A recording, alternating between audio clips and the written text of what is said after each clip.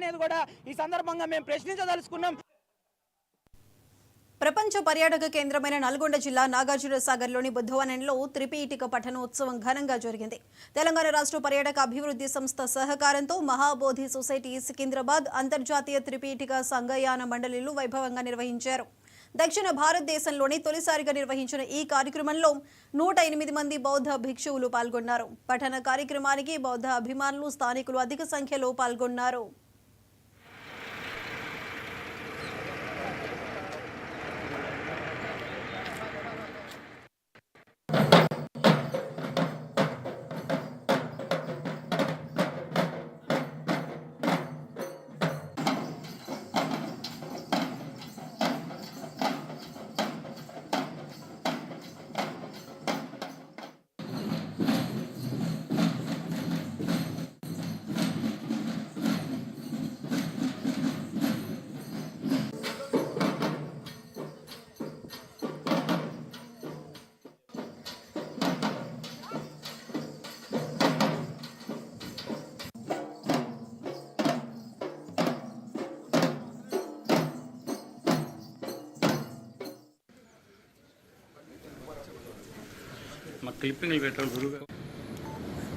You all know that this place is called Nagarjunasagar.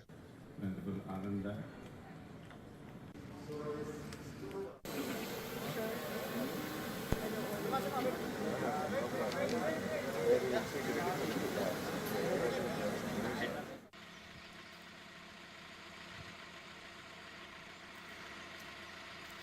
Council అని ఒకటి ఉన్నది.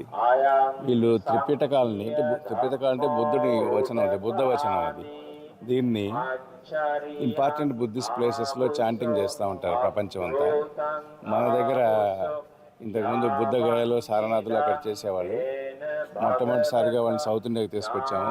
ఇక్కడ బుద్ధ వచనం, ఇక్కడ బుద్ధవనంలో, తర్వాత మహాబోధి సికింద్రాబాద్లో చాంటింగ్ చేస్తున్నారు. ఈ తర్వాత గుల్బర్గాకి వెళ్ళిపోతారు. గుల్బర్గాలో సన్నతి అనే ప్లేస్లో చేస్తారు. అది ఒక ఆర్కియలాజికల్ సైట్, బుద్ధిస్ట్ సైట్. అక్కడ నుంచి